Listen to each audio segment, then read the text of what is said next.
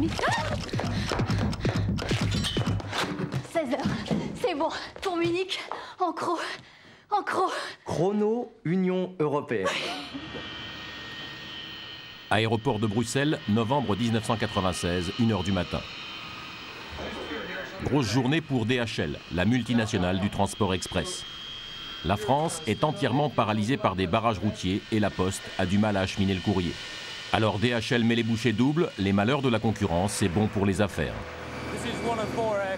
Cet avion est l'un des tout premiers qui arrive de Roissy-Charles de Gaulle. Dans ces soutes, il y a environ 20 tonnes de fret à destination de tous les pays d'Europe. Ça c'est le premier et on en attend encore 4 autres comme celui-ci. Dans la grande bataille du courrier, DHL montre son savoir-faire.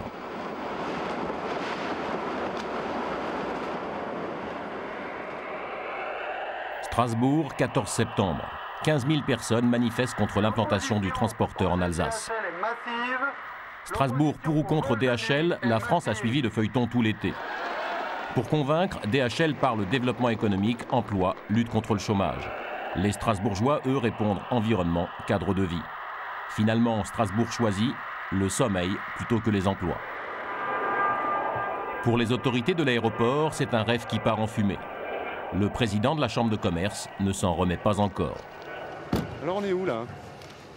Vous êtes sur le site où devait être créé pour la décennie à venir les 1000 emplois directs de l'opération DHL.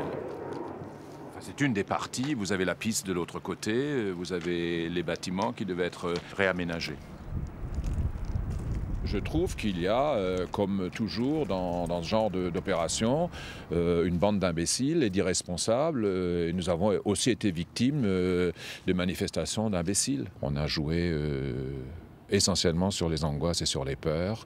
Et on a présenté DHL comme l'apocalypse. Donc de toute façon DHL ne pouvait pas s'implanter. Moi, je pense que si, DHL aurait très bien pu s'implanter, mais il aurait fallu que l'État se montre ferme et que les responsables politiques aussi expliquent d'abord ce qu'était le dossier, plutôt que d'ouvrir des listes de pétitions et de protestations.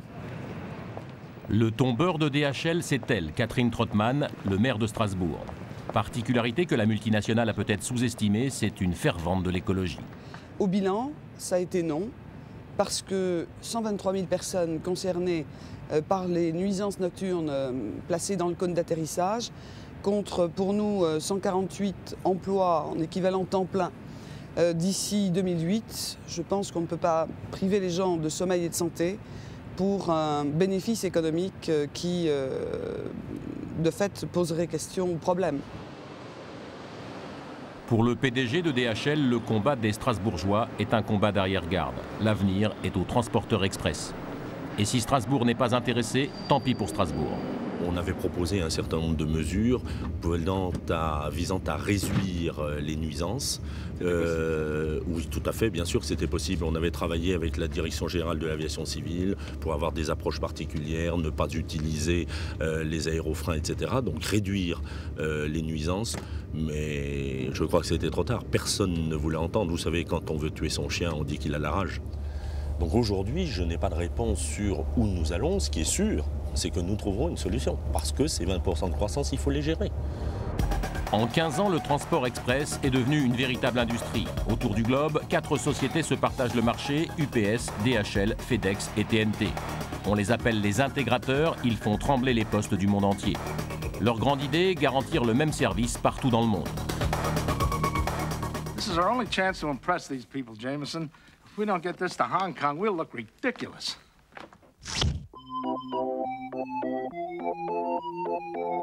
Next time, send a Federal Express.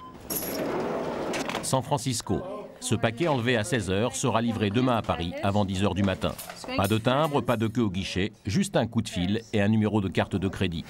C'est l'autre grande invention des intégrateurs, le porte-à-porte d'un bout du monde à l'autre.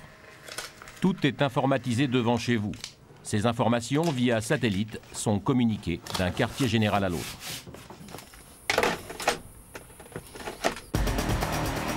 Pour essayer de comprendre la décision de Strasbourg, direction Memphis, capitale du Tennessee et siège social de FedEx. Concurrent direct de DHL, FedEx possède sa propre flotte d'avions et son propre terminal. Créée en 1973, elle a été la première entreprise américaine à dépasser 6 milliards de francs de chiffre d'affaires après seulement 10 ans d'activité. À Memphis, comme partout aux États-Unis, nous avons souffert de la crise économique. L'implantation de FedEx sur notre aéroport a été une décision très simple à prendre. Aujourd'hui, j'ai du mal à imaginer cette région sans FedEx. Beaucoup d'entreprises, de sociétés vivent du business du transport. Elles sont toutes plus ou moins attachées à FedEx. 23 heures, l'armada FedEx débarque. 7000 employés débutent leur journée. Sur des kilomètres de tapis roulants, cette nuit, la petite armée disciplinée va trier près d'1 million de colis et de documents. Il faut aller très très vite, tout a été étudié pour gagner du temps. Les employés qui arrivent chaque nuit au centre de tri n'ont que 2h30 à 3h pour trier leurs paquets. Une fois les colis débarqués des avions, c'est le compte à rebours qui commence. Il faut vraiment aller très très vite pour que tout parte en temps et en heure. Les avions doivent partir. En moins de 3 heures, des centaines de milliers de lettres, de colis et de documents sont réceptionnés, identifiés, pesés et rembarqués dans les avions. Destination les États-Unis, mais surtout les 211 pays desservis par FedEx. Pour les employés, chaque nuit de travail est une course contre la montre. Une seule règle d'or, damer le pion aux autres transporteurs.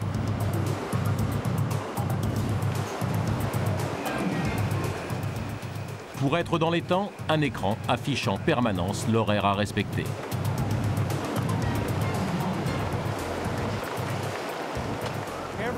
Ici, chaque employé sait exactement à la seconde près le temps qui lui est imparti pour son travail. À tout moment, il faut qu'il sache le temps qui lui reste à travailler. C'est un véritable compte à rebours. Là par exemple, on sait qu'à 2h07, très précisément, le tri doit débuter. C'est vrai, parfois il y a du retard, et c'est souvent dû à la météo. Alors là, c'est la course contre la montre. Les 7000 employés en sont immédiatement informés. Et nous, on doit gérer ça très rapidement. On renforce les équipes, car on ne peut pas prendre du retard. C'est ça qui fait la clé de notre succès. Installé à Memphis depuis 1981, FedEx est avec ses 15 000 salariés le premier employeur du Tennessee. Chiffre d'affaires, plus de 52 milliards de francs. Entré chez FedEx comme simple manutentionnaire, 10 ans plus tard, Hugh Daniel dirige une soixantaine de personnes. Dans cette société, tous les employés ont l'opportunité d'évoluer très rapidement. Quand on regarde mon parcours, par exemple, je ne suis pas resté plus de 2 ans et demi sur un poste. À chaque fois, j'avais une possibilité de promotion. Le salaire ici est bien au-dessus de la moyenne et c'est pour ça qu'il y a énormément de monde qui cherche à rentrer chez FedEx. Non seulement les salaires augmentent vite, mais en plus il y a la participation aux bénéfices et ils sont énormes. Ça, croyez-moi, ça motive les employés. Partout aux USA, la politique sociale de FedEx est citée en exemple. Règle d'or, pour être efficace, l'employé doit se sentir protégé et valorisé.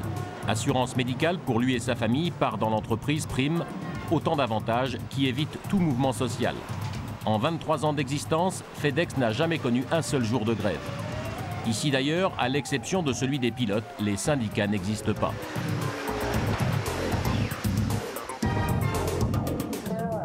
Le centre de surveillance aérienne de FedEx, le nerf de la guerre. Chaque jour, 563 avions sillonnent le globe, 2,5 fois la flotte d'Air France. Ici, à tout moment, on peut savoir exactement où se trouve un paquet. Grâce aux 240 vols de nuit de FedEx, Memphis est devenu le premier aéroport de fret du monde. En fait, le seul problème qu'on ait rencontré jusqu'à présent, c'est le bruit. Il faut dire que l'essentiel du travail de FedEx a lieu la nuit. Les avions qui atterrissent et qui décollent toute la nuit créent des nuisances. À la direction de l'aéroport, nous mettons tout en œuvre pour limiter les nuisances. Ça fait 10 ans qu'on travaille là-dessus. Avec le voisinage, ça se passe plutôt pas mal. Ça, c'est la version FedEx, mais autour des pistes, en 10 ans, 1500 familles ont fui le bruit. L'aéroport rachète les maisons, transforme le paysage en terrain vague.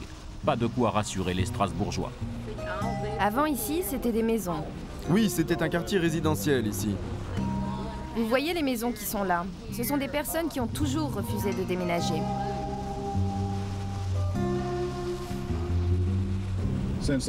Vous voyez à droite de la rue, il n'y a plus de maisons. Il n'y a plus aucun barrage pour amortir le bruit des avions. Chaque nuit, toutes les 2 minutes, un avion survole les maisons qui bordent encore l'aéroport. Il y a 8 ans, John et Hélène ont décidé de s'attaquer au géant FedEx en créant une association. Aujourd'hui, ils rendent visite à Hilda. Elle vit en plein dans l'axe du cône d'atterrissage. Sa maison est invendable.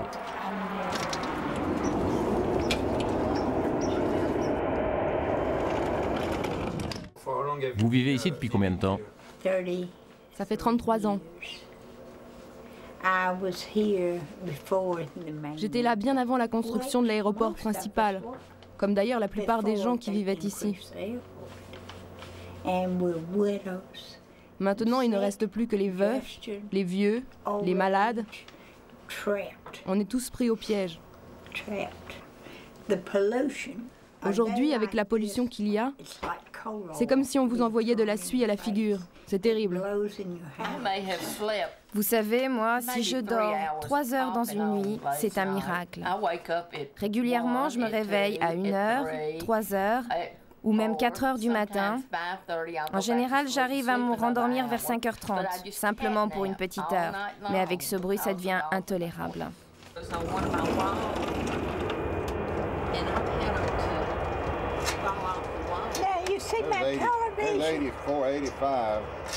La nuit, j'arrive même pas à entendre ma télé tellement il y a du bruit. John, lui, refuse de quitter le quartier. Retraité, il passe son temps à traquer les décibels autour de l'aéroport. C'est devenu une véritable obsession. 88 décibels en ce moment.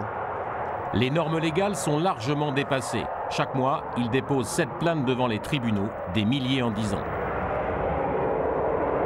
Ça monte de 96 à 101 décibels et ça se stabilise entre 98 et 100. Ça vous réveille la nuit? Vous voulez dire que ça me maintient éveillé, oui?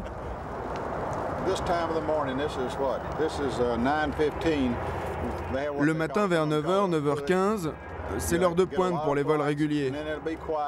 Et ça se calme à peu près jusqu'à midi. Et ça redémarre vers 14h. Ensuite, entre 16h et 17h30, c'est le pic de l'après-midi. À 20h, ça se calme et ensuite, c'est l'arrivée des avions FedEx. C'est un balai incessant et là, c'est l'enfer. Et qu'est-ce que vous pensez de l'affaire DHL en France? Vous savez qu'à Strasbourg, les riverains se sont battus? Nous nous sommes dit, pour eux, l'affaire n'est pas terminée. J'espère du fond du cœur qu'ils ont gagné le combat, mais pour gagner ce genre de procès, il faut d'abord faire comprendre qu'il est inhumain de faire vivre des gens près d'un aéroport. Une fois que l'aéroport est construit, personne ne peut se battre contre le bruit et la pollution. Tout ce que je peux dire, c'est que Dieu est votre âme et je souhaite que cela ne vous arrive jamais.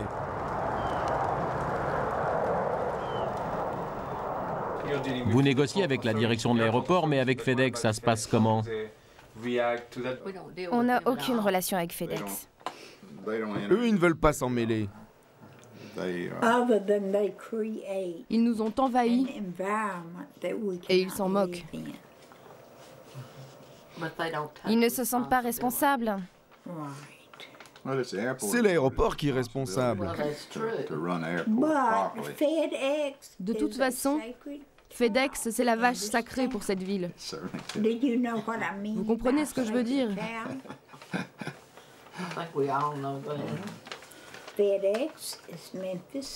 Ils sont intouchables. On est tous censés respecter la vache sacrée.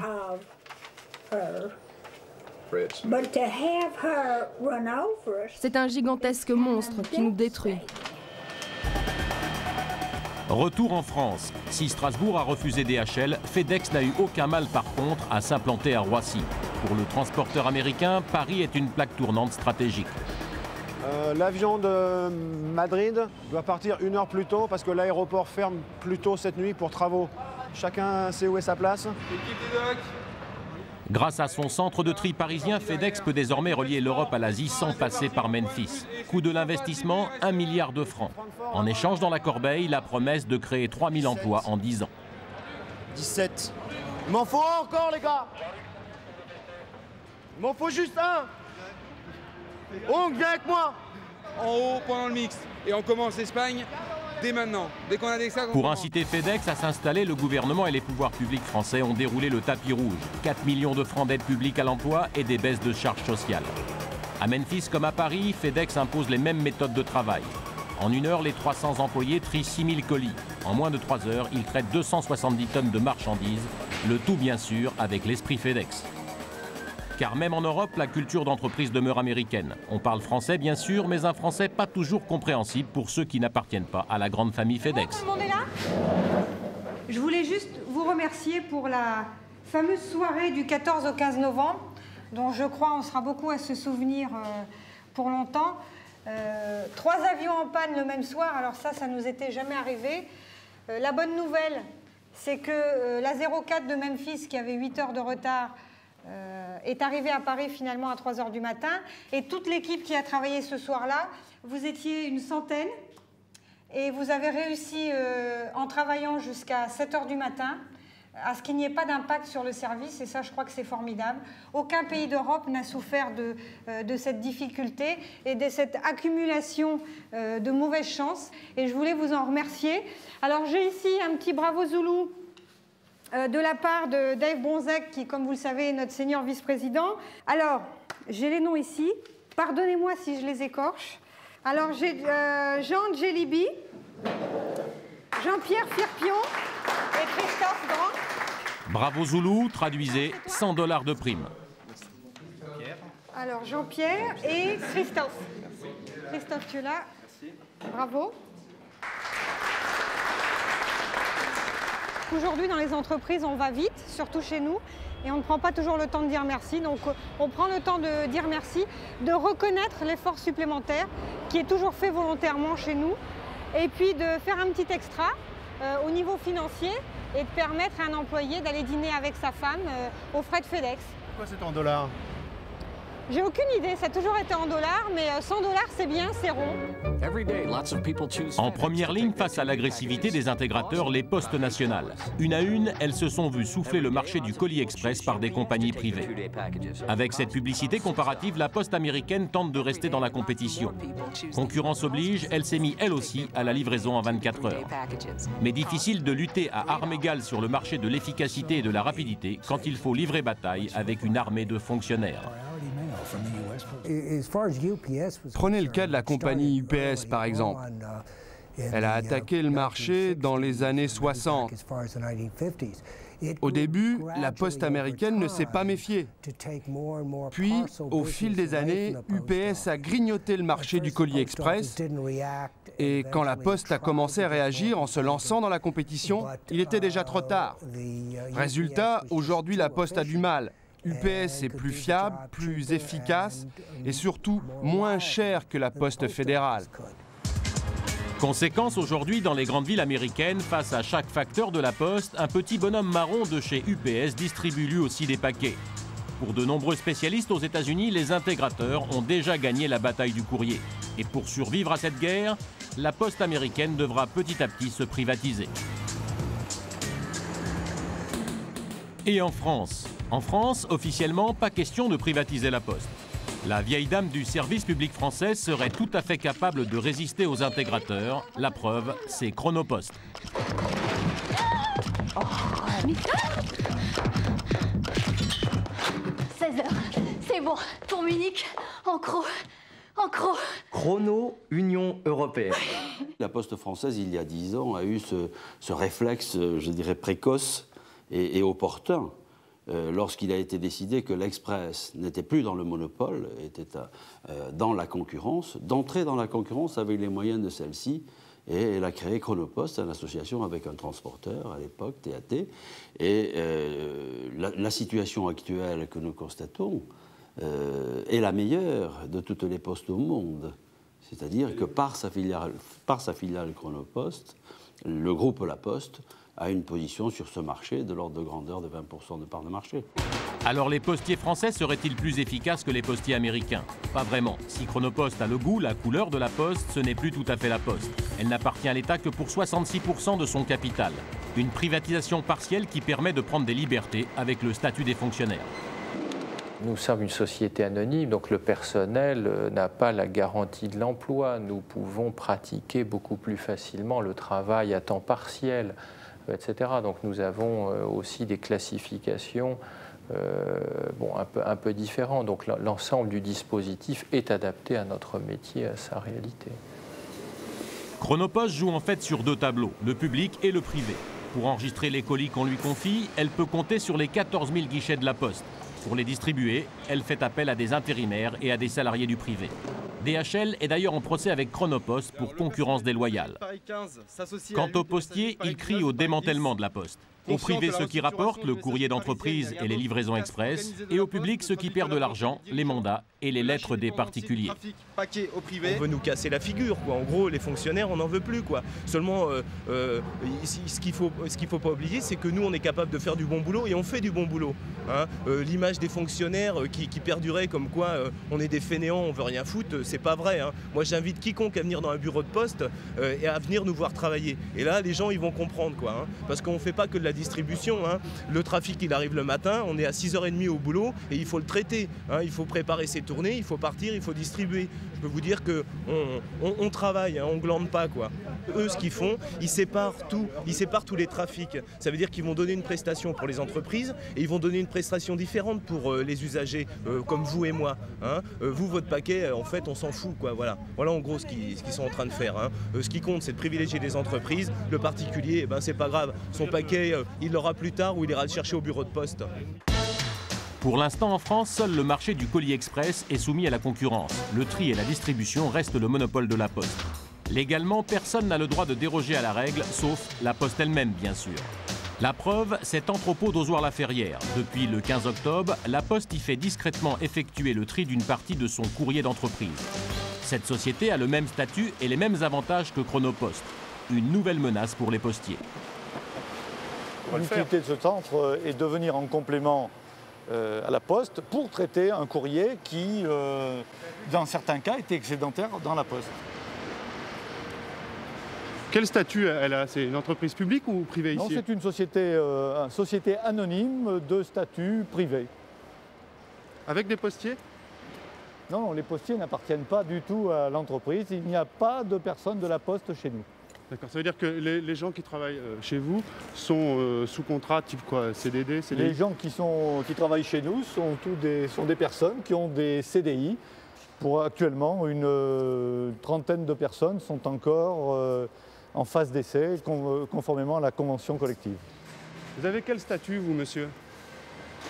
Vous êtes postier, vous êtes privé ou... Privé. Et comment ça se passe? Très bien, pour l'instant. Vous êtes dans la société depuis combien de temps? Là, ça fait 2 jours. 2 jours. 2 jours. 2 jours. Vous remplacé quelqu'un ou... Non, c'est un nouvel embauché. 2 jours. Comment vous êtes rentré alors, vous? C'est des gens de bouche à oreille? Non, c'est en intérim. Et puis bon, de là, j'essaye de faire le nécessaire pour être gardé. Pour l'instant, vous êtes en intérim? En intérim pour l'instant, 1 mois. Avec cette société, la Poste espère en fait, en cas de longue grève, pouvoir continuer à acheminer son courrier le plus rentable, celui des entreprises. Si on résume, c'est le début d'une privatisation d'un secteur d'activité de la Poste. C'est la privatisation d'un petit secteur du travail, du courrier. Donc on peut comprendre le mécontentement des postiers. On peut comprendre leur mécontentement, voire leur inquiétude, mais nous n'avons pas l'intention d'aller plus loin dans ce secteur. Les postiers, eux, sont persuadés du contraire. D'ailleurs, depuis le matin, une dizaine de syndicalistes manifestent devant les grilles. Le PDG est un peu dérouté. Dans son centre de tri, les syndicats n'existent pas. De toute façon, il faut leur dire qu'ils ne rentrent pas. Ils sont aux 2 portes? Oui, aux 2 portes. Donc j'ai dit qu'ils se garent. J'ai demandé au gardien qu'il aille prévenir la camionnette qui se gare. Il faudrait appeler la police de Pont-au-Combo pour qu'ils viennent leur signifier que, ou bien l'huissier pour leur dire qu'on ne reçoit pas. Dans un premier temps, plutôt la police, je pense. Plutôt la police, hein? D'accord? C'est le mieux. Pour une dizaine de personnes, 20 personnes. C'est la première fois que ça arrive ou pas? C'est la première fois que ça arrive. Comment vous avez traité la phase de sortir et... De toute façon, je vais voir avec eux, mais je ne les recevrai pas de toute façon, puisqu'ils ne représentent pas le personnel de la société. Oui, pour 10 personnes. Ils vous ont dit exactement ce qu'ils cherchaient, ces personnes-là, non? Absolument pas, ils stationnent devant. Non. Bon. Alors évidemment, je n'ouvre pas les grilles, puis il y a le monsieur qui vient livrer, je lui dis voilà. qu'il revient dans l'après-midi ou demain. Voilà, oui, d'accord. Et pour les camions, c'est pareil. Ils n'ont même pas demandé à être reçus, de toute façon. Ah non, ils m'ont rien D'accord, dit. bon. Ce sont des gens qui représentent la CFDT, qui n'ont même pas demandé à être reçus. Voilà. Et ils manifestaient pourquoi? Leur présence, c'est tout. Leur existence. De chaque côté de la grille, c'est deux conceptions de la Poste qui s'affrontent. À votre avis, la Poste, elle essaie de privatiser ou tout simplement elle s'adapte à une nouvelle donne? Non, je pense qu'aujourd'hui, avec l'installation de ce centre, effectivement, elle organise la privatisation de l'intérieur, ce qu'on appelle nous une privatisation rampante. C'est clair, elle a saboté effectivement les organisations existantes et aujourd'hui elle en met de nouvelles en place pour soi-disant lutter contre la concurrence. Mais c'est très clair qu'elle s'oriente vers une privatisation d'une partie et d'une grande partie des activités. Il faut savoir que dans ce centre, c'est de la lettre sous monopole, de la petite lettre qui est traitée, et non pas des catégories de courriers qui sont actuellement dits en concurrence. Avec son centre de tri privé, la Poste s'accorde en fait un privilège qu'elle refuse aux autres. Toutes les sociétés qui se sont risquées dans le tri ont été contraintes d'abandonner. Une seule continue discrètement à enfreindre la loi sous couvert d'une société de coursiers. Mais par peur de représailles, son patron a tenu à garder l'anonymat. On a été contacté par la trésorerie générale de ceux qui envoient toutes les taxes de partout, foncières, habitations, tout. Il y a plus de 4000 enveloppes jour quotidiennes chez eux. Ils nous ont contactés. Pourquoi? Parce qu'ils vous trouvaient moins cher que la Poste? Moins cher. De 0 à 100 grammes, on est à 2 francs. 0,100 grammes, 2 francs. Ouais. C'est des enveloppes avec votre tampon. On met notre tampon dessus. Avec l'heure? Ah non. Il y a la date, ça suffit. Faut rester flou, sinon plus on précise et plus on peut vous attaquer. Qu'est-ce que vous risquez, vous, concrètement, vous attaquant à ce monopole de la Poste? Bon, on a reçu une lettre, une semaine après avoir commencé officiellement. S'ils nous emmerdent, on arrête le courrier, et puis c'est un autre problème, ça. Ok. Voilà, je vous remercie. Ouais, je vous en prie. Au revoir. Bonne soirée, au plaisir. Au revoir. Bientôt, la Poste ne pourra plus compter sur ses privilèges. En 2003, l'Europe prévoit d'abolir tous les monopoles. La Poste devra alors se concentrer uniquement sur les marchés qui rapportent. Mais qui s'intéressera aux activités les moins rentables? Dans 10 ans, restera-t-il encore quelqu'un pour amener votre courrier dans les campagnes et à quel prix?